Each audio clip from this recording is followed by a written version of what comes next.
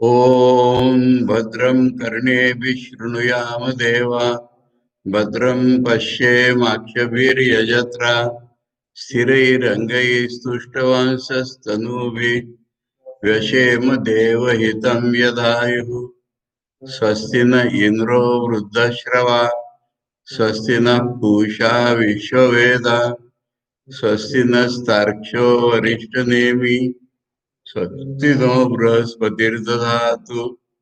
ओम शांति शांति शांति। हरि। आज हम लोग एक नए उपनिषद का पाठ आरंभ करने जा रहे हैं और उसका नाम है प्रश्नोपनिषद। नाम तो अद्भुत लग रहा है, परंतु उसका भी एक रहस्य है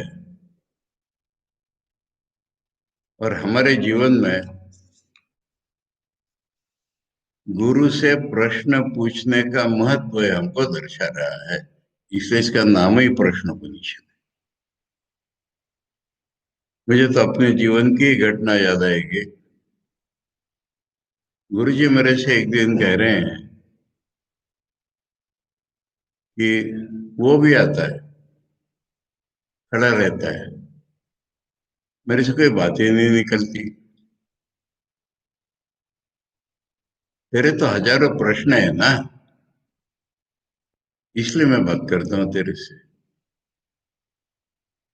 मेरे मन में आया कि मैं हजारों प्रश्न तो पूछ नहीं रहा हूँ। हाँ, प्रश्न पूछ रहा हूँ, पर इनको मेरे मन में हजारों प्रश्न दिख रहे हैं। ये वाक्य मुझे याद आ रहा है। उन्होंने कहा था वो भी आता है, यानी आश्रम का दूसरा कोई एक सन्यासी, वो भी आता है, खड़ा रहता है, मेरे से कोई बातें नहीं निकलती। तेरे तो हजारों प्रश्न है ना, इसलिए तेरे से बात करता हूँ। ये वाक्य मुझे याद आ रहा है। और हम लोग देखते हैं सभी उपनिषदों में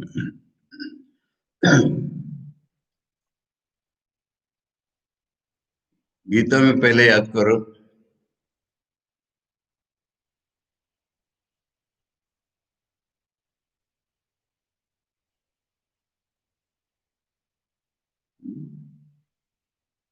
क्या क्या है। प्रणिपातेन तद्विद्धि प्रणिपातेन परिप्रश्नेन सेवया उपदेक्षन्ति ते ज्ञानम ज्ञानिनस्तत्त्वदर्शिनः। चतुर्थ अध्याय में ज्ञान की बात निकाल करके आचार्य कह रहे हैं कि जो कैसे जानेगा तू ज्ञान। प्रणिपातेन, आचार्य कह रहे नीचे सिर को बहुत नीचे झुका करके जब नमस्कार किया जाता है उसका नाम है प्रणिपात। और परिप्रश्न चारों ओर से, चारों ओर से मैंने रैंडम क्वेश्चन नहीं है, एट रैंडम क्वेश्चन बिल्कुल नहीं, ब्लैंक क्वेश्चन बिल्कुल नहीं, दुनिया के बारे में क्वेश्चन बिल्कुल नहीं, किंतु उस रियलिटी को, तत्व को जानने के लिए जो जरूरत होती है वो प्रश्न चारों तरफ से, सभी दिशाओं से अप्रोच पूछ करके और उनकी सेवा करके तू जानेगा। तद्विद्धि, तू जान। जो तत्वदर्शी महात्मा है वो तुझे उपदेश करेंगे। उपदेक्षन्ति ते ज्ञानम ज्ञानिनः तत्वदर्शिनः। ये श्लोक है गीता में। छांदोग्य उपनिषद में अरुणि अपने बेटे श्वेतकेतु से कह रहे हैं कि अपने घर में कोई बिना पढ़ा लिखा होना ये शोभा नहीं देता। तो जा, तेरी मर्जी से किसी भी गुरु के पास जा, पढ़ के आ। वो 12 साल पढ़ के आता है और जिसे हम एक मॉडर्न एजुकेटेड यंग मैन का चिन्ह बताएंगे, ऐसे वो हो जाता है।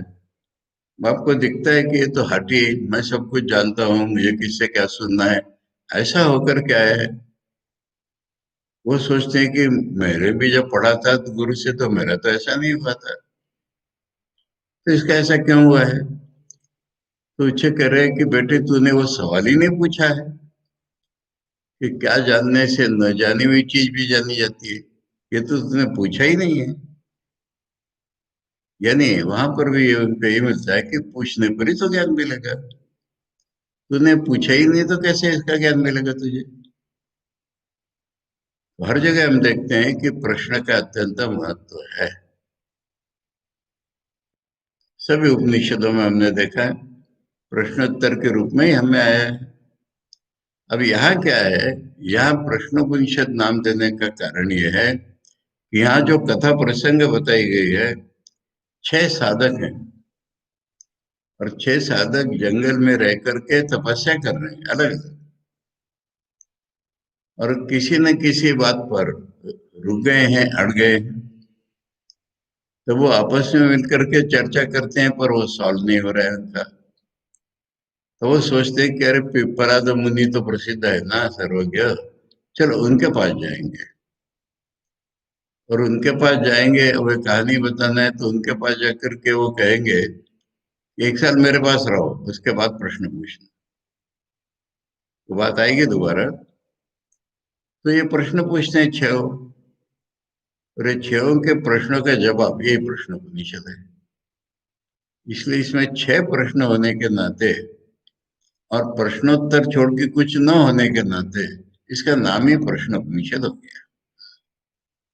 परंतु ये प्रश्न नाम से ये महत्व जाहिर हो रहा है कि पूछे बिना कुछ ज्ञान नहीं मिलेगा, रिसीव ही नहीं होगा। इसलिए लेक्चर दे के चला गया, हमें कुछ पता ही नहीं। तुम्हें भीतर में जिज्ञासा होगी, अब प्रश्न का मैंने रूप बता दिया आपको कि मेरे भीतर तो 1000 प्रश्न पूछता तो नहीं था मैं, परंतु भीतर एक जिज्ञासा नाम की जो चीज है, वो अगर जगी हुई हो तो रिसीव होगा, नहीं तो नहीं होगा। ये महत्व इसका नाम ही हमको बता रहा है। अब इस संदर्भ में हम साधारण अनुबंध चतुष्टय की चर्चा करने के पहले एक चर्चा और कर लें। और वो चर्चा ये है कि ये अथर्ववेद के ब्राह्मण वाक्य उपनिषद है। अथर्ववेद के संगीता भाग में, मंत्र भाग में मुंडक उपनिषद है, और ये ब्राह्मण वाक्य उपनिषद है।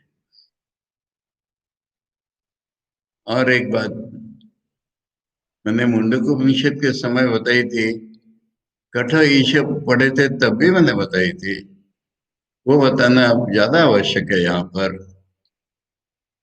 कि बहुत से लोग, माने हम पारंपरिक वेदांत कहते हैं, पर परंपरा टूट चुकी है। कोई ढंग की परंपरा हमको बाहर नहीं दिखाई पड़ती। प्रसिद्ध प्रसिद्ध, अब नाम लेना पाप है, प्रसिद्ध प्रसिद्ध आश्रमों में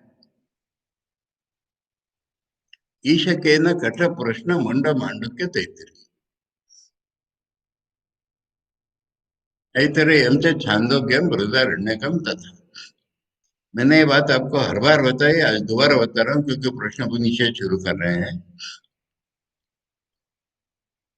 कि इस श्लोक में, ये श्लोक कहाँ का है, कपिल उपनिषद का प्रसंग है कि उन्होंने कहा है कि ओम के द्वारा ज्ञान मांडुक्यम एकम एव अलम मुमुक्षुणा विमुक्त, मुमुक्ष हुआ तो 10 उपनिषद में पढ़।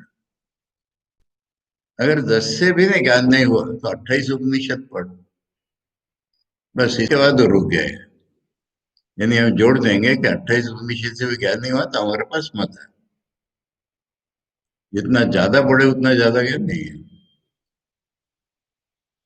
अब उसमें 10 उपनिषद बताते में, और हम लोग साधारणतः साधारणतः अच्छे वेदांती 11 उपनिषद पढ़ते हैं, इसको भी याद रखें। और श्वेताश्वतर उपनिषद ये 10 उपनिषदों से ज्यादा इंपॉर्टेंट उपनिषद है, और उस 10 में उसका उल्लेख नहीं है। और वो 10 बताने के लिए वो श्लोक बनाया गया है।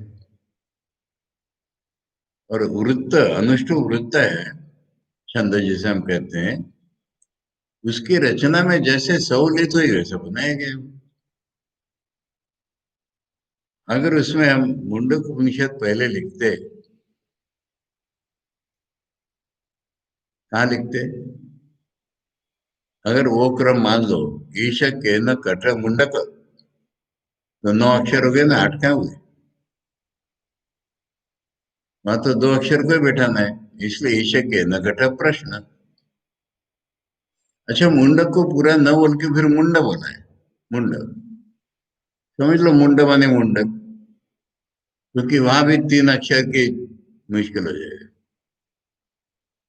तो ये सारा जो है वृत्त के संदर्भ में ऐसे 10 नाम गिनाए, इसको याद रखो।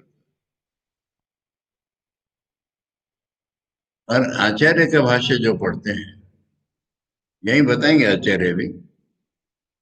आचार्य ने हमें बताया कि अथर्ववेद के ब्राह्मण वाक्य उपनिषद है, और प्रश्नोपनिषद में, मुंडक उपनिषद में आए हुए कुछ प्रश्नों का ही थोड़ा विस्तार से वर्णन इसमें है। मुंडक उपनिषद के भाष्य में आखिरी तरफ हम लोगों ने पढ़ा था, इसका विशेष उल्लेख फ्यूचर में प्रश्न में मिलेगा। वहां भी उन्होंने बोल दिया है, और यहाँ भी बोल रहे कि मुंडक के बाद प्रश्न पढ़ो। और फिर मैं अपने जीवन की घटना दोबारा क्या बताऊं। जब मैं 1959 में नागपुर आश्रम में भर्ती हुआ, वहां जिस सीरीज से पढ़ाना चल रहा था, कई बार आवर्तन होते थे, और उस समय कठ, ईश, केन, मुंडक पढ़ाना हो गया था, और प्रश्न की बारी थी, और मैं ज्वाइन हुआ। तो वहां के महात्मा ने सोचा कि ये नया लड़का प्रश्न क्या पढ़ेगा, नहीं समझ पाएगा, और नहीं समझेगा तो उल्टा समझेगा। अब दोबारा मुंडक लो तो पुराने लोगों को रिपीटेशन लगेगा, तो क्या किया जाए? ये सोच करके उन लोगों ने ठीक किया कि श्वेताश्वतर उपनिषद लो, वो कंप्रहेंसिव है, और उसके सुनने से इसकी पात्रता हो जाएगी। पहले श्वेताश्वतर लिया गया, उसके बाद बोले कि अब मुंडक पढ़ने की जरूरत नहीं है, अब हो गया वो बैकग्राउंड, अब प्रश्न पढ़ेंगे। ये हमारी शिक्षा का हमें बात है। तो इसलिए हंसी आती है जब पारंपरिक के नाम से लोग उल्टा, कब परंपरा टूट गई, उसी तरह पुस्तकें प्रसिद्ध की जाती है। परंतु इतना मैं इसलिए बोल रहा हूँ कि ये क्रम गलती होगा, प्रश्न पहले पढ़ के मुंडक पढ़ने का। इसलिए हम लोगों ने मुंडक पढ़ ली है। और एक क्रम देखो तो मुंडक के बाद मांडुक्य आता है, पर नहीं, मुंडक के कुछ प्रश्न जो है, जैसे एक सप्लीमेंट होता है, ऐसे ही उपनिषद है। मुंडक के कुछ प्रश्न जो है, कुछ चीजें थोड़ी सविस्तार से बताने की जरूरत है, इसलिए ये प्रश्न उपनिषद। अब हम अपने अनुबंध चतुष्टय पर आते हैं। अनुबंध चतुष्टय में हमें क्या पाना है, किस ग्रंथ के द्वारा, किस विद्या के द्वारा हम वो पाएंगे, कैसे पाएंगे, कैसे उस विद्या के अनुशीलन से हम अपना लक्ष्य पाएंगे, और हम कौन है, इसकी चर्चा अनुबंध चतुष्टय की चर्चा कहलाती है। पारिभाषिक रूप में अधिकारी संबंध, अधिकारी विषय संबंध प्रयोजन कहते हैं उसको। परंतु सबसे पहले तो प्रयोजन की ही चर्चा होनी चाहिए। कुछ साध्य होगा तभी तो साधक शब्द का अर्थ होगा। और हम लोग भाष्य में देखेंगे, साधक ये शब्द कई बार आया है, और मेरे गुरुजी के पाठ में तो रोज साधक शब्द आता ही था।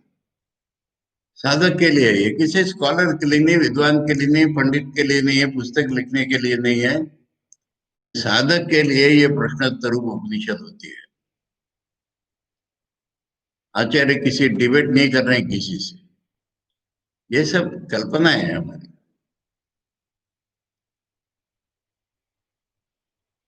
जब उपनिषद को समझाते हैं तो शिष्य को अपने मन की अवस्था के अनुसार प्रश्न आते हैं और प्रश्न पूछता है। तब आचार्य पहचान जाते हैं कि इस लेवल से ये प्रश्न पूछ रहा है, इसलिए कहते हैं कि अरे ये सांख्य वालों के जैसा है तेरा प्रश्न। मैं और एक बात बताऊं, स्वामी विवेकानंद प्रश्नोत्तर में बहुत एक्सपर्ट थे और किसी भी प्रश्न को तुरंत जवाब दे देते थे। तो उनसे लोगों ने पूछा कि आप क्या एंटिसिपेट करते हैं क्या सवाल, कि आपके उत्तर तैयार रहते हैं? स्वामी जी ने कहा कि भारत में जो 6 आस्तिक दर्शन प्रसिद्ध है और उनमें एक दो दर्शन नास्तिक, यानी चार्वाकों का कोई दर्शन नहीं, पर वो और बौद्ध दर्शन अगर गिन लो, इसके बाहर आज तक कोई विचार नहीं गए हैं। इसलिए इन दर्शनों का जिसने अध्ययन कर लिया उसके लिए नई चीज है ही नहीं दुनिया में कोई। जोड़ जाड़ के हम सोचते हैं हमारी नई चीज है, पूछने वाले भी लिखने वाले भी कि हम नई कुछ चीज बोल रहे हैं। ये समझने वचन दिया है। तो ये 6 दर्शन क्या होते हैं? मन की कम ज्यादा उन्नत अवस्था में जो मनुष्य को विचार सूझते हैं उसका नाम पिक्चर दर्शन है। और उसके बाद कोई है ही नहीं विचार। एक दूसरे दृष्टि से सोचने वाले हुए बौद्ध, इसलिए उनका दर्शन भी सोचना पड़ता है। और चार्वाकों का दर्शन नहीं है ऐसा दर्शन है, उसको भी सोचना पड़ता है। अब वेस्ट में इतनी सारी फिलोसफीज निकली, समझी ने उनका नाम लेने, और सारी फिलोसफीज का स्वामी जी जवाब तो दे रहे। इसलिए कह रहे भारत के 6 दर्शन और एक दो जोड़ दो उसमें, इसके बाहर दुनिया में कोई विचार ही नहीं है। अपना अपना दिमाग लड़ा करके हम एकदम नया कुछ तो भी लिख रहे हैं। तो हमारा प्रयोजन क्या है? और साधारणतः सबके मुंह में जो होता है, आचार्य भाष्य में भी रिपीटेडली आएगा, मोक्ष मोक्ष मोक्ष। मेरे दिल को ये सुहाता नहीं है। कैसे भी हमको जन्म मरण से छुटकारा पाना है। माँ ठाकुर बात कर रहे हैं कि ऋषि लोग बहादुरी लड़की लकड़ी होते हैं, महापुरुष लोग, उसके सहारे तरने वाला कोई उनको पकड़ करके कितने लोग पार हो जाते हैं। छोटी मोटी लकड़ी खुद तर जाती है, किंतु बहादुरी लकड़ी के जैसा दूसरों को तरती नहीं है। और ऐसे लोगों को दुनिया में दोबारा आना कोई खलता भी नहीं। कोई ज्ञान लेकर के दुनिया में दोबारा आए तो क्या बिगड़ रहा है किसका? आधिकारिक पुरुष ये सब तो ऐसे ही होते हैं। जब सुनने वाला एक कमेंट कर रहा है फिर तो ऋषियों का कमजोर दिमाग था बोलना पड़ेगा। यानी फिर से ना आना, ये एक जीवन का बड़ा सा उद्देश्य बनाना, फिर उसमें गलतियां बहुत होती है। फिर से न आने को अगर हमने जीवन का उद्देश्य बना लिया तो उसमें अधिकांश लोगों की कल्पना होती है। मेरे एक टीचर सिखाने वालों को शिव तत्व जी बताते थे कि कहीं तो भी जाके अटक जाएंगे, आएंगे नहीं इधर। वैकुंठ चला गया, गौरव चला गया, कैलाश चला गया, आजकल हम लोगों ने रामकृष्ण लोग चला गया कहेंगे। कहीं जाने से कोई पता है? अरे क्यों निकल रहा है, फिर से नहीं आना, बस इतना ही जब मन में आता है तो फिर उद्देश्य क्या है? उद्देश्य है पूर्णता प्राप्ति। अब ये सब मिलके होता है, अलग अलग नहीं। माने अधिकारी जब हम बताएंगे, मनुष्य जो है दो भाव प्रबल हैं। मुझ में अपूर्णता है और उसको पूरा करने के लिए मैं कुछ तो भी खटपट करता हूँ, प्रयत्न करता हूँ, कोशिश करता हूँ, इसी से मनुष्य की व्याख्या होती है। अगर मनुष्य की ये प्रतीति होती कि मैं पूर्ण हूं, तो फिर उसको कुछ करना ही नहीं है। और अगर मनुष्य में अपूर्णता का भाव जगता नहीं, तो भी कुछ करना नहीं। पशु पक्षी क्यों नहीं कुछ एफर्ट करते? जिंदा रहना है, बस इतना मालूम है उनको। मनुष्य के अधिकार है कर्म में, ऐसे पारिभाषिक व्याख्या हो गई, शब्द हो गए। मनुष्य में कोशिश करना ये मनुष्य का लक्षण है, और उसके भीतर घुसो तो उसमें अपनी अपूर्णता का भान है, इसलिए करता है। अब मुझे वो बात याद आती, किसी ने कहा हमें तो नहीं अपूर्णता का भाव। तो उनका तुम्हें अपूर्णता का भाव नहीं था तो शादी क्यों की तुमने? पैसे क्यों कमा रहे हो? कुछ भी कर क्यों रहे हो? अपूर्णता के भाव से ही तो कर रहे हो। तो इसलिए ये मनुष्य की बेसिक एक चीज है। अब मान लो मैं पूर्ण हो गया हूं, ऐसा मत मान लो। पर अगर मैं पूर्ण हो गया तो मुझे क्या करना है बताओ? कुछ करना है, कुछ एफर्ट करना है, जिसमें कृतकृत्यता हो कि अब मुझे और करना कुछ नहीं है, जिसमें कृतार्थता हो, मुझे अब कुछ पाना नहीं है। फुलफिलमेंट ऑफ लाइफ, वही तो जीवन का उद्देश्य होगा। चार पुरुषार्थ होते हैं। कोई कहेगा भक्ति पंचम पुरुषार्थ है। अरे पुरुषार्थ चीज तो जानो। क्या हुआ? धर्म हमने पालन किया, स्वर्ग में जाएंगे, वापस आएंगे, इसमें क्या किया हमने? अर्थ कमाया, क्या हुआ? अर्थम अनर्थम भावय नित्यम नास्ति तथा सुकलेशा सत्यम पुत्रादपि धन भाजा भीति सर्वत्र ईशा वेता नीति आचार्य कह रहे। पैसा ज्यादा कमाओगे, जीवन में एक शाप है। और बड़े लोगों को अपने बेटे से भी डर रहता है। तो इसलिए ये क्या पुरुषार्थ हुआ? अब मोक्ष जो है, पूर्णत्व का दूसरा नाम अगर मोक्ष हम करते हैं, तो फिर उसके बाद क्या करना है हमको? Fulfilment of life. इसलिए पूर्णत्व प्राप्ति ये जीवन का उद्देश्य है। हमने डिसाइड किया वो नहीं है वो। तुम्हारे जीवन का क्या उद्देश्य है? डॉक्टर बनना। अब डॉक्टर बन गया, उसके बाद हो गया, जीवन खत्म हो गया। अब तो जीवन संघर्ष शुरू हुआ। मजेदार कहानियां होती हैं, फेरी टेल्स।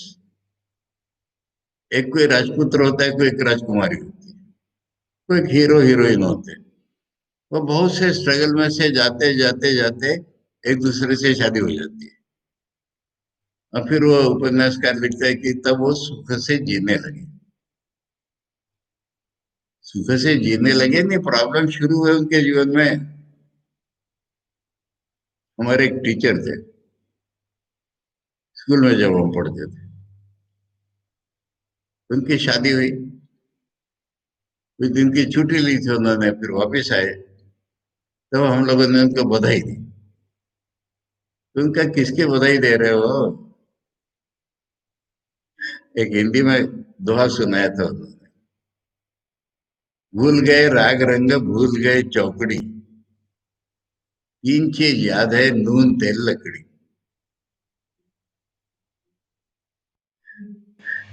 पहले ये मस्त मजा बनाते थे राग रंग, चौकड़ी बने चार दोस्त। भूल गए राग रंग, भूल गए चौकड़ी, तीन चीज याद है, नून तेल लकड़ी। तो इसलिए फिर वही सोचो, अगर पूर्ण हो गया तब क्या? उसके बाद कुछ नहीं। तो पूर्णत्व प्राप्ति ये जीवन का लक्ष्य है, और उसका एक बाय प्रोडक्ट है कि हम पूर्ण हो गए तो हमको जन्म लेने की जरूरत नहीं पड़ेगी अब। अपूर्णता, अपूर्ण वासना है, इसी से तो हमको दोबारा जन्म लेना पड़ता है। खैर, तो ये हो गया प्रयोजन। अब ये साधक कौन है, अधिकारी कौन है? हो गया, लगाओ। विवेक वैराग्य क्षमता उपरति तितिक्षा समाधान श्रद्धा। मैंने अभी बताया कि मनुष्य का लक्षण है कुछ तो भी कोशिश करते रहना, उसके भीतर अपूर्णता का भाव है इसलिए। वो कितनी भी कोशिश करे उसकी अपूर्णता जाती ही नहीं है, फिर क्या करे? परंतु मनुष्य ब्रह्म स्वरूप है, उसकी ब्रह्म की उपलब्धि नहीं हो रही है, यही तो अपूर्णता को उसमें समाधान है। और उसको अपने विकास में एक ऐसा क्षण आता है कि तो वो समझ जाता है कि बाहर कितना भी बदल करके मैं पूर्ण नहीं हो रहा हूं। शादी कर ली, पूर्ण कहाँ हुआ? पैसे कमा लिए, पूर्ण कहाँ हुआ? पर अगर मैं अपने में बदलाव लाऊं तो फिर मैं पूर्ण हो जाऊंगा। अपने में बदलाव कैसा है? मुख्य बदलाव जो उपनिषद हमको सिखाते हैं, सारे उपनिषद। हम कौन है? उन्नत मन का लक्षण बता रहा हूं। हम कौन है? इस शरीर मन से किसी प्रकार जुड़ा हुआ मैं रूपी चेतना, ये हम है। ये उन्नत मन ही समझ पाता है। नहीं तो मैं कौन है शरीर, मैं कौन है मन, मैं कौन है मेरे गुण। पर एक उन्नत मना मनुष्य समझ पाता है कि मैं नाम चेतना का है। पर ये चेतना कैसी है? इस शरीर मन से। अब इस शरीर की व्याख्या नहीं, इस मन की व्याख्या नहीं, रोज बदलते जा रहा है। फिर भी ये जो कुछ है व्यष्टि, इस समय इस व्यष्टि शरीर मन से संबंधित चेतना कभी संबंधित हो भी नहीं सकती, फिर भी संबंधित इस प्रकार मालूम नहीं, पर संबंधित एक चेतना है, उसका नाम है मैं। ये हो गया जीव। और ये रहता कहाँ है, अपने को कहाँ पाता है? इस दुनिया में। दुनिया क्या है? विषय मेरे लिए। ये हमारा कॉमन सबका विषय विषय बोध है। और ये गलती है। गलती इसलिए है कि मैं शरीर, प्रतिक्षण बदलने वाला शरीर मैं, प्रतिक्षण बदलने वाली इंद्रिय मैं, प्रतिक्षण बदलने वाला मन मैं। और ये मैं जो भाव है ये भी तो प्रतिक्षण बदल रहा है, प्रतिक्षण को दिख नहीं रहा। और एक छोटे बच्चे का मैं और एक बूढ़े का मैं, उसका क्या कॉमन है?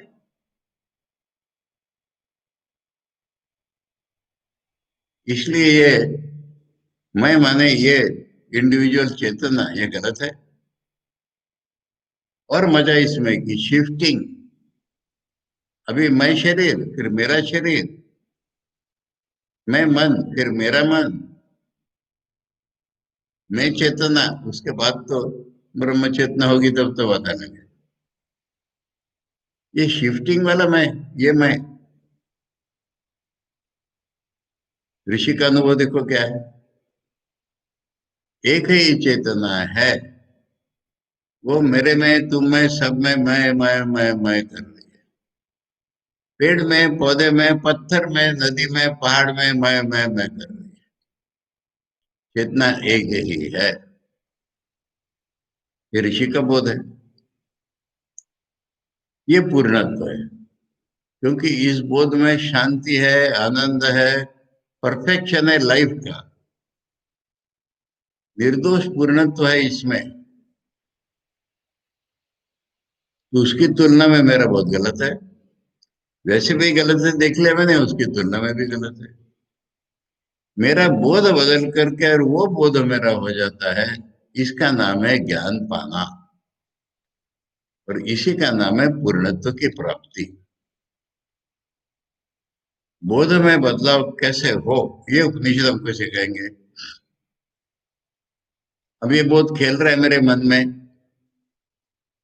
मन का मेरा जन्म जन्म से अज्ञान में ही पोषण हुआ है। विषय विषय बोध के आधार पर ही मेरे मन का पोषण हुआ है।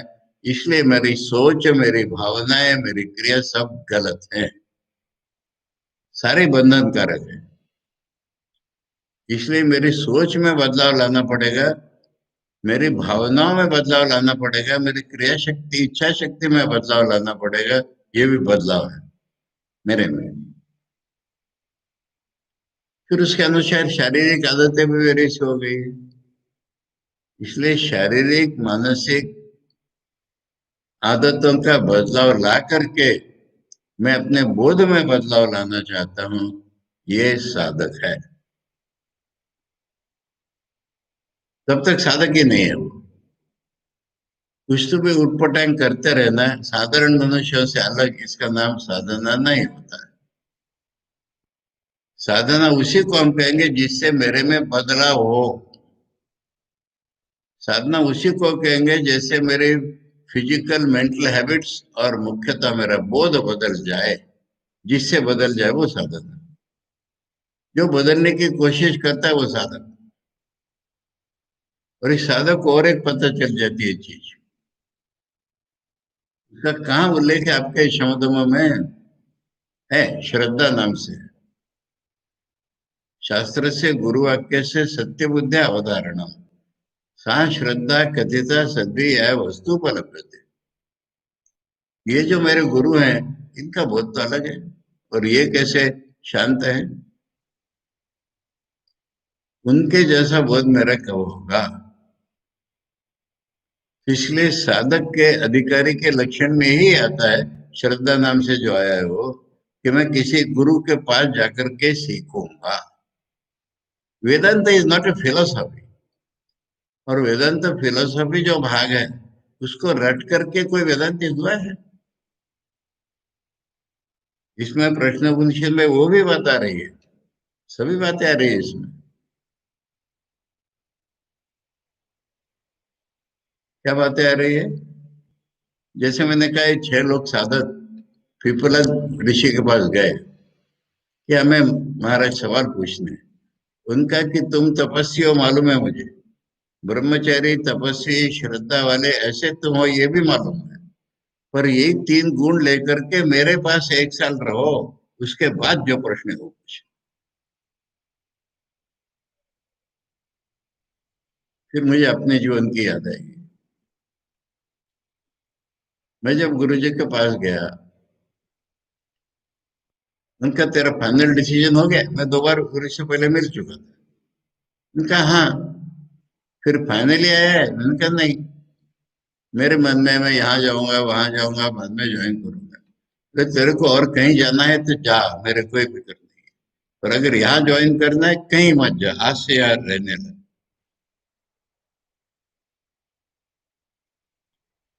इसलिए ये जीवन में गुरु के पास रहने का इतना ज्यादा इम्पोर्टेंस है। ये साधक है। और विद्या क्या है? विद्या को साधारणता हम कह देते हैं जीव ब्रह्मैक्यम शुद्ध चैतन्यम प्रमेयम। ये कह देते हैं कि जीव जो मुझे लग रहा है और ब्रह्म जो मुझे लग रहा है, ये एक ही है। एक ही है तो जीव नाम भी रहेगा, ब्रह्म नाम भी रहेगा, शुद्ध चैतन्य रहेगा। इसको रियलाइज करना ये सब्जेक्ट है।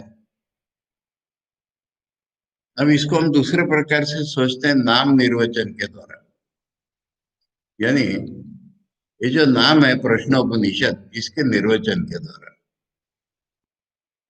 इसका प्रश्न नाम मैंने पहले बता दिया, और उपनिषद नाम देखो।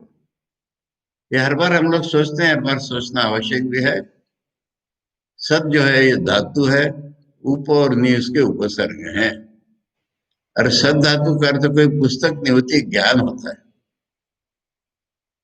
और सत धातु के 3 अर्थ निकलते हैं: नाश करना, प्राप्त करा देना और ढीला कर देना।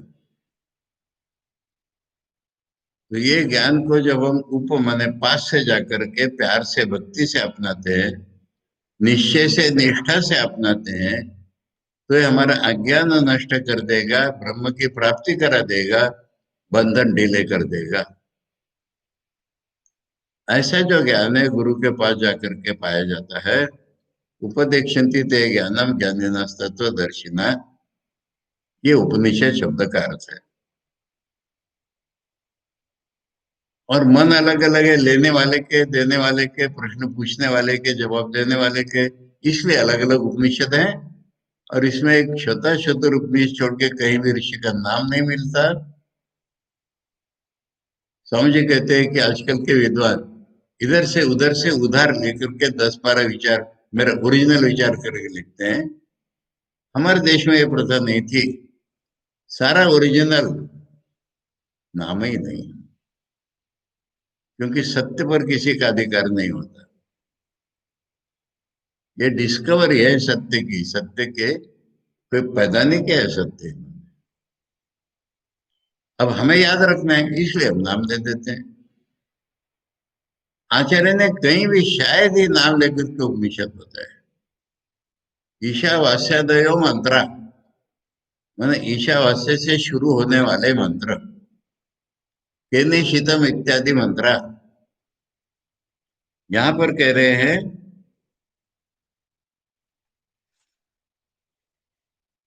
यहाँ पर तो अमुक शुरू हो रहा है ये भी नहीं कह रहे। मंत्रोक्तस्य अर्थस्य विस्तरानुवादी इदम ब्राह्मणम आरभ्यते, ये ब्राह्मण ही है।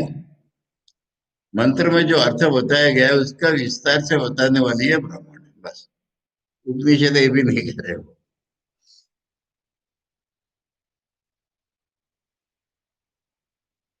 तो इसलिए ये प्रश्न उपनिषद नाम हो गया। अब महत्व का जो रह गया आखिरी के लिए, कैसे, और कैसे मैं बताई हुई चीज मैं 1000 बार रिपीट करूंगा। दो प्रकार से मेरे गुरुजी बताते थे। एक तो एक भक्ति क्षेत्र की एक कल्पना मन में लाई है। श्रीमती हम जी से कहते हैं, राधा जी खड़ी उनके पास, उनके कोई सखी है, और उनके पास में कोई, पास बोलो अनति दूर बोलो, श्याम करके पुकारता है। दादाजी कह रहे, केवा शिनयनो श्याम नाम, कानेर भीतर दिया मोर में पसीनों को अकुल कोरिलो मोर प्राण। सखी किसने श्याम का नाम सुनाया, मेरे कानों से जाकर के मेरे मर्म को भिड़ गया वो, और मेरे प्राण व्याकुल हो गए श्याम को देखने के। मेरे गुरुजी कहते थे इसका नाम है वेदांत का श्रवण। ऐसी व्याकुलता अनुभव की लेकर के जो श्रवण होता है वो श्रवण, या जिस श्रवण के द्वारा ऐसी व्याकुलता होती है अनुभव की, वो श्रवण। कैसे का ये अर्थ है। दूसरा वो कहते थे कैसे पढ़ना है, क्रिटिकली एंड डिवोशनली।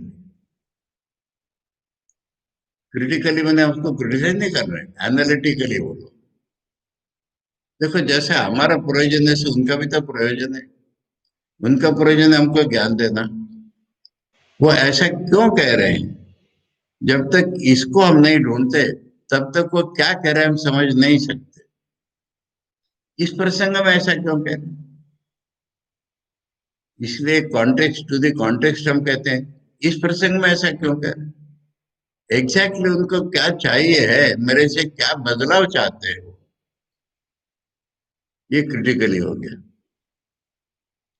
और डिवोशनली माने first fill the gap then fill up, try to fill up the gap. एक आदर्श अगर वो प्रस्तावित कर रहे हैं, अपने जीवन को परखो, उसके लाइट में बहुत बड़ी सी खाई दिखेगी, उसको वेदना प्राप्त करो और फिर उस खाई को भरने की कोशिश करो। ये डिवोशनल। और डिवोशनल में हृदय का संयोग तो है ही, ये संबंध है। कैसे पढ़ो जिससे कि वो अनुभव हमको हो। अब बिना अनुबंध चतुष्टय के जो सोकल्ड स्कॉलरशिप है, क्या है, तुच्छ है वो। तो हम लोगों ने अनुबंध चतुष्टय भी सोच लिया। अब इसके बाद जब हम पुस्तक खोलते हैं तो पहले क्या देखते हैं, प्रार्थना। और ये प्रार्थना हम लोग अथर्ववेद की प्रार्थना होने के नाते मुंडक में, प्रश्न में और मांडुक्य में यही प्रार्थना मिलेगी, परंतु फिर से एक बार उसको ग्रहण कर लिया जाए। ओम, ओम ये निर्गुण सगुण परमात्मा का अविशिष्ट निकटस्थ नाम है, इतना याद रखिए। राम कृष्ण ये सब परब्रह्म के ही नाम है। दुर्गा, शिव, विष्णु ये भी परब्रह्म के ही नाम है। पर हर एक नाम को एक विशिष्ट गुण दर्शाता है, अविशिष्ट नाम और सबसे पास का नाम ये ओम है। ज्यादा चर्चा इसके शुरू में नहीं करना है, मांडुक्य में करें। इसलिए उस परब्रह्म में अगर हमारा मन लग जाए, उसके बाद हमारी ये प्रार्थना शुरू होती है। वो है ना गीत एक, तुझसे हमने दिल को लगाया जो कुछ है सो तू ही है। खाली जो कुछ है सो तू ही है कहने से नहीं होता है, तुझसे जब दिल लगाया तब कह रहे कि जो कुछ है सो तू ही। ये ओम का अर्थ हो गया। फिर आता है भद्र शब्द। वे बंगाली में एक जन भद्र लोग ऐसे थे, वो भद्र नहीं है यहाँ। अगर कोई मरने के बारे में कहता है अभद्र बात मत करो, वो भी अभद्र नहीं है। भद्र शब्द का एक ही अर्थ होता है कि जो हमें अपनी मोक्ष प्राप्ति, पूर्णत्व प्राप्ति की ओर ले जाए, वो भद्र है। और इसमें सब्जेक्टिव और ऑब्जेक्टिव दोनों रूप होंगे। कोई एक लड़की गाना गा रही है, किसी को इसमें आसक्ति प्रतीत होगी, अट्रैक्शन प्रतीत होगा, किसी को भजन सुनाई पड़ेगा, भगवान की ओर मन जाएगा। एक गुलाब का फूल देख करके कोई तोड़ करके सूंघ करके फेंक देता है, और दूसरा सोचता है क्या सुंदर है, अगर ये भगवान को चढ़ाया जाता तो। तीसरा सोचता है क्या सुंदर चढ़ाए हुआ है भगवान को। तो इसलिए ये सब्जेक्टिव और ऑब्जेक्टिव दोनों है। तो प्रार्थना इसलिए है कि जो मैं कुछ सुनूं, वो मेरे मन को भगवान की ओर ले जाने वाला हो। मेरे मन की ऐसी तैयारी हो कि हर कोई चीज मुझे भगवान की ओर ले जाने वाली बने, ये इसका दूसरा रूप है।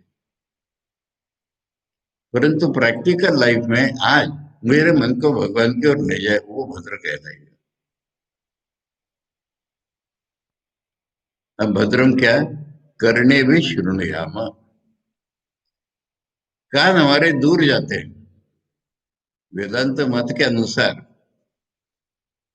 कान और आंख ये दो इंद्रियां ऐसी हैं कि हम साधारणतः समझ सकते हैं इसको, पर वेदांतिक ऋषियों ने अच्छी तरह पाया है इसको।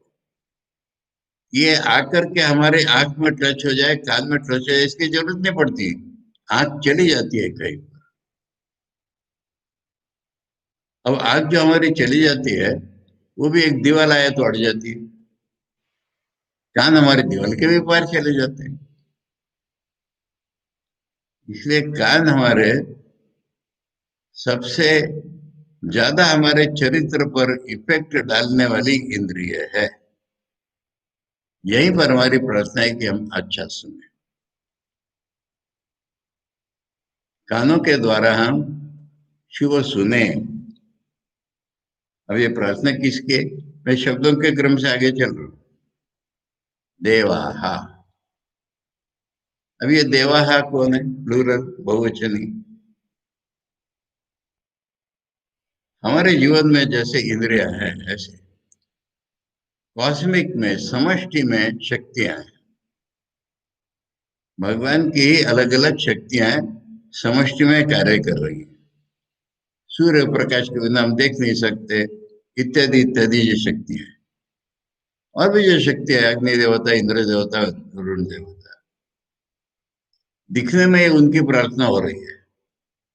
फिर कहोगे वेदांत में इतना द्वैत भाव कैसे। भगवान के प्रकाश हैं ये सारे अलग अलग रूपों में, और वो हमारे लिए, हे देवताओं, हे भगवान, अलग अलग रूपों में हम जो कुछ सुने वो हमारे लिए कल्याणकारक हो, ईश्वर की ओर ले जाने वाला हो। उसके बाद नंबर आया आंखों का। भद्रम पश्येम अक्षभिर यजत्रा। हम देखें आंखों से जो हमारे लिए शुभ हो, भगवान की ओर ले जाने वाला हो। यजत्रा, यजत्रा ये दो अर्थों में प्रयोग है। संबोधन में हो सकता है, हे यज्ञ देवताएं। यज्ञ ही तो पूजा का एकमात्र साधन था, इसलिए हे यज्ञ देवताएं। या हम यजत्रा, प्रथमा का भी ये रूप होता है। यजत्रा माने सैक्रिफाइस करने वाले, बलिदान देने वाले, हम का त्याग करने वाले, स्वार्थ का त्याग करने वाले हम लोग। क्या मांग रहे हैं? आंखों से हम भला देखें। अभी आंख कान ये रिप्रेजेंटेटिव हो गए, सारे ज्ञानेंद्रियों के हो गए, मान्य है। पर इन्हीं दो की चर्चा तो हमने देख लिया, दो प्रकार से देख लिया कि ये वेट नहीं करते चीज को आने के, जा करके अनुभव करते हैं। दूसरा है कि इनका अनुभव हमारे मैक्सिमम जीवन को इन्फ्लुएंस कर रहा है। इसीलिए तो आजकल इतने ऑडियो विजुअल की चर्चा चल रही है। इसलिए ये दो इंद्रिय माने सब इंद्रिय हमारे हो गए, फिर हमें शुभ अनुभव दे जिससे हमारा मन पूर्णत्व की ओर जाए। हम सैक्रिफाइस करने वाले, ये एक के बाद एक चढ़ रही है ये प्रार्थना। इसका परिणाम होना चाहिए, या वैसे भी होना चाहिए, स्थिर अंग और तनु। अंग और तनु दोनों शरीर के पार्ट्स ही हुए। अब दो शब्द है, इसलिए शरीर के पार्ट्स और शरीर के एक्टिव पार्ट्स। हाथ पैर शरीर के पार्ट्स, सिर धड़ शरीर के पार्ट्स। पर हमारी इंद्रियां, हमारी प्राण शक्तियां इत्यादि इत्यादि सब जो है ये एक्टिव पार्ट्स। तो हमारे शरीर के पार्ट्स और एक्टिव पार्ट्स स्थिर हो जाए। स्थिर माने जाम होकर के बैठ जाए नहीं होता है, स्टेडी हो जाए, चंचल न रहे। और हम क्या करेंगे तब? तुष्ट भावसा। ये तो प्रथमा विभक्ति का ही रूप है, हमारे लिए है ये। हम स्तुति करने वाले। स्वामी जी कह रहे हैं कि अगर वासनाएं नहीं होती हमारे मन में तो धर्म का एक ही रूप रह गया होता। हे भगवान, ऐसी स्तुति करने के छोड़ के हम उधर धर्म ही नहीं होता कुछ। तो इसलिए हम जब स्थिर अंग वाले हो गए, हम स्तुति करने वाले हो गए।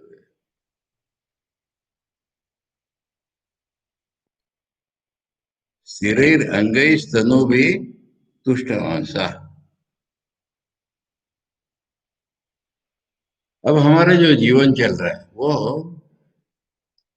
खुशी से जिए, पॉजिटिवली जिए, उद्देश्य को लेकर के जिए, ये वैषम शब्द होता है। वैषम में भाव है कि हम आनंद पूर्वक जिए। आनंद पूर्वक मैंने मजा मनाते हुए आनंद पूर्वक नहीं कहते। पॉजिटिवली जिए, एक उद्देश्य के लिए जिए। एक उद्देश्य मैंने मनगढ़ंत उद्देश्य नहीं, वो पूर्णत्व प्राप्ति का उद्देश्य लेकर के ही जिए। कितना जिए? कर्म वाला कहता है 100 साल जियो, ये कहते हैं जितना जिए भगवान ने जो ठीक क्या होगा उतना जिए। देवहितम यदायु। देवहितम माने भगवान ने ठीक की हुई यदायु, जो भी जीवन है हमारा, हम उसको पर्पसफुली जिए।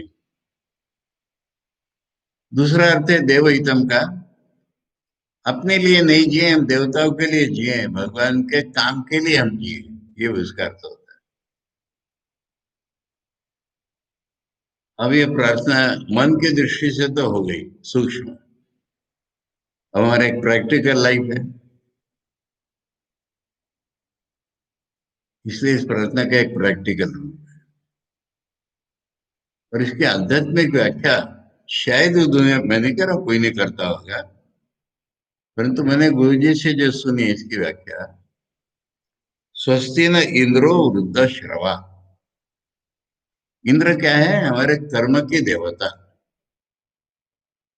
यहाँ पर कृपा करें माने क्या? तो कर्म कर ले, ऐसी कृपा होती है क्या? लोग इसको कृपा मानते हैं, परंतु आध्यात्मिक जीवन में मुझे ये पता चले, मेरा भाव ये हो, मेरा बोध बदल जाए कि कर्म मैं नहीं कर रहा हूं, इंद्र कर रहे हैं। ये कृपा है उनके लिए। किसी भी देवता की अल्टीमेट कृपा यही होती है कि वो अपने जैसा बना लेते हैं मुझे। तो इंद्र की कृपा मेरे पर हो का अर्थ है कि कर्म मैं नहीं कर रहा हूं, इंद्र कर रहे हैं। भगवान की कर्म शक्ति कर रही है, ये बोध मेरे में जगे। ये कृपा है। एक शब्द इसमें रह गया, वृद्ध श्रवा। वृद्ध श्रवा माने जिसकी कीर्ति बूढ़ी हो गई है। जो इंद्र, जिसकी कीर्ति बूढ़ी हो गई है, माने अच्छे कर्म करते करते बोलो या किसी भी कारण से कीर्ति पुरानी हो गई है उसकी, ऐसे पुरानी कीर्ति वाले इंद्र मेरे ऊपर कृपा करें। मेरा ये बोध हो जाए कि वही काम कर रहे हैं। मान लो ये बोध हो गया। अब जो मैं बचा ना अनुभव करने वाला, या मैं बचा अभी, कर्म करने वाला नहीं, मैं हूं। ये किसका प्रकाश है? भगवान के मैं का, ब्रह्मा के मैं का, हिरण्यगर्भ के मैं का। और ये हिरण्यगर्भ या भगवान का प्रतीक है बाहर सूर्य, उषा। उषा माने पोषण करने वाला। उसका क्वालिफिकेशन दिया विश्व वेदा। वेद का अर्थ दो अर्थ है, संपत्ति जिसकी पूरी है या ज्ञान जिसका पूरा है। वो मेरे पर कृपा करे का अर्थ होता है कि कर्म करने वाला तो इंद्र है, और मैं जो हूँ अनुभव करने वाला, ये ब्रह्मा है, हिरण्यगर्भ है। भगवान का ही मैं मेरे में आया हुआ है। ये ज्ञान होना ही कृपा है। अब इतना सब होते हुए भी मेरे में कुछ, अपने में ही मेरे कुछ शत्रु हैं, बुरे विचार हैं, बुरे भावनाएं हैं, अब तक के जन्म जन्मांतर के। वो नहीं आगे फंक्शन होनी चाहिए, उनका नाश हो जाना चाहिए। इसलिए गरुड़ पक्षी भगवान का रूप है। गरुड़ पक्षी सांपों का शत्रु है, मार डालता है तुरंत, या सांप भाग जाते हैं गरुड़ को देखते ही। इसलिए तार्क्ष्य माने गरुड़ पक्षी, वो मेरे ऊपर कृपा करें, यानी मेरी अशुभ भावनाओं को, क्रियाओं को वो खत्म कर दे, या उनको ठाकुर की भाषा में सिर न उठाने दे। अरिष्ट नेमी ये उसका विशेषण है। अरिष्ट माने बुरी चीजें, अनर्थकारक चीजें। नेमी माने अर्ध चक्र के आकार का एक हथियार होता है, उसको नेमी कहते हैं। तो अरिष्टों के लिए जो नेमी, वो गरुड़ पक्षी मेरे ऊपर कृपा करे, मेरे अशुभ भावनाएं सिर न उठा पाए या नष्ट हो जाए। और ये सब संभव है अगर मैं एक आइडियल पर्सनैलिटी को आंखों के सामने रखता हूँ। ये उपनिषद का पाठ है, कोई ये बुद्धि का काम है क्या, तर्क बुद्धि का? देवताओं के जो गुरु है वो सबके लिए एक आइडियल है। बृहस्पति देवताओं के गुरु का नाम है। तो बृहस्पति मेरे पर कृपा करें का अर्थ ही हो गया कि मेरे सामने बृहस्पति वाली तो मुझे इमेजिन करना पड़ेगा। पर अगर मेरे सामने कोई आदर्श व्यक्ति हो, ये बृहस्पति की कृपा हो जाएगी। ऐसी ये प्रार्थना है। और प्रार्थना क्यों करनी चाहिए? कि अभी जो हमने कहा, उपनी पूर्वक सद धातु, नि माने निश्चय से, निष्ठा से।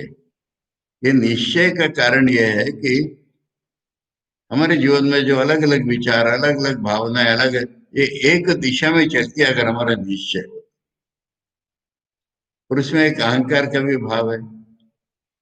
प्रार्थना में वो गुण तो सारे हैं। ये कोई इनसिंसियर प्रार्थना नहीं है, साधक की प्रार्थना है। उसका प्रयास भी उधर ही है, किंतु अपनी शक्ति से नहीं होता, भगवान की शक्ति से होता है। इसलिए ये प्रार्थना है। इसमें भक्ति का भाव, हृदय का भाव भी है, नम्रता का भाव भी है, और निश्चय का भाव भी है। इसलिए ये प्रार्थना है। उसके बाद शांति पाठ, 3 बार शांति का उच्चारण आता है। अब ये शांति तीन प्रकार की नहीं होती, अशांति के कारण तीन प्रकार के होते हैं, इसको हम लोग कल देखेंगे। आज हम लोगों ने प्रश्नोपनिषद नाम का वैशिष्ट्य देख लिया, उपनिषदों के पढ़ने का क्रम देख लिया, उपनिषद शब्द का अर्थ समझ लिया, अनुबंध चतुष्टय देख लिया, प्रार्थना भी देख ली। प्रार्थना का अंत जो शांति पाठ से किया जाता है उसका अर्थ हम लोग कर लेंगे। ओम भद्रम कर्णेभिः शृणुयाम देवा, भद्रम पश्येमाक्षभिर्यजत्रा, स्थिरैरङ्गैस्तुष्टवंशस्तनूभिः व्यशेम देवहितं यदायुः। स्वस्ति न इंद्रो वृद्धश्रवा, स्वस्ति न पूषा विश्ववेदा, स्वस्ति नस्तार्क्ष्यो अरिष्टनेमि, स्वस्ति नो बृहस्पतिर्दधातु। ओम शांति शांति शांति। हरि ओम तत्सत। श्री राम कृष्णार्पण।